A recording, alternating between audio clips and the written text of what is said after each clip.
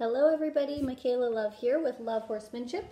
It is raining cats and dogs or some other large things from the sky today, so I am inside, but I'm excited to tell you about the workshops I'll be teaching at the Horse First Farm in April.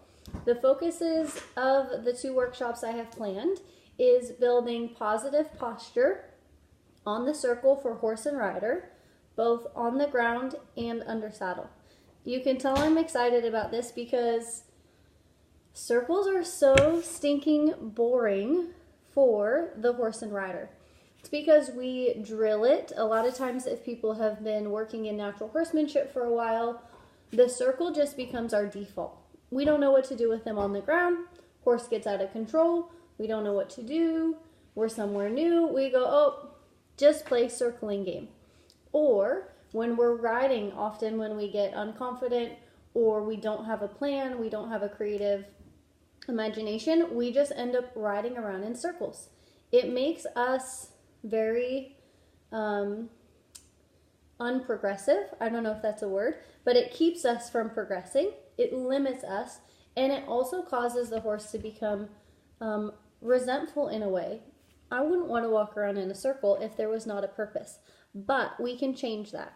We can give it a purpose, and there are so many positives that can come from good circles on the ground and riding.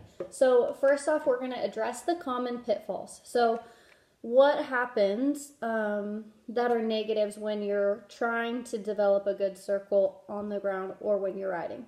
Most common pitfalls that we're going to address is that the horse becomes counterflexed. So their nose is tipped to the outside of the circle, which then branches into other pitfalls, like the horse is mentally disconnected.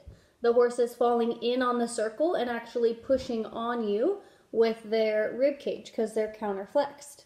What about the horse falling out on the circle? Some horses have no balance and they're actually falling through their shoulder and pulling on you, the handler, if you're on the ground, and falling out through their shoulder to the outside of the circle.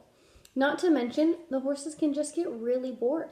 So it's the same thing whether we're on the ground or riding. These are the most common pitfalls that I see that I'm so excited to address. So counterflexion, falling in, falling out, horse being bored, or even that leading into being rambunctious, what we would think is naughty. Counterflexion. So I am excited to address those issues with you and then shift that from a negative to a positive. So the circle is not the problem. How we're approaching the circle is the problem. Circles can be so powerful for you and your horse's development. So the positives that we're going to shift into and start creating with you and your horse through these workshops is better mental connection by giving a purpose and making a game out of the circle.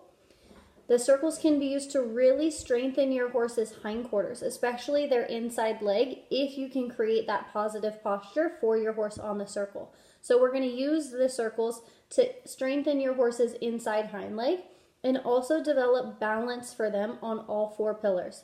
So they're no longer going to be falling to the inside or falling to the outside. We're going to create this nice biomechanical balance where the horse is strengthening themselves, but also creating balance on all four pillars. Through this, we'll also develop a better rhythm and relaxation for the horse, which is the foundation for anything, okay? It's the foundation in our German training scale for dressage. It's the foundation in just having a good relationship with your horse. It's the foundation for cow working. It's the foundation for trail riding. It's the foundation for everything. If you don't have rhythm and relaxation, you're building your specialization on very rocky ground. So we're going to focus on that.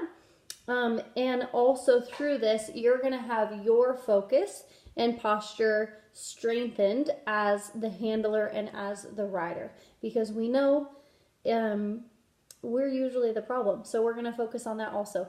So I'm pumped, if you couldn't tell, about changing your relationship with circles, changing your horse's perception of circles on the ground and riding. I cannot wait to be in Wisconsin. It better not be snowing this time when I come because I'm from California and That was a little tough last year. So make sure you turn the heater on for me, and I will see you in April.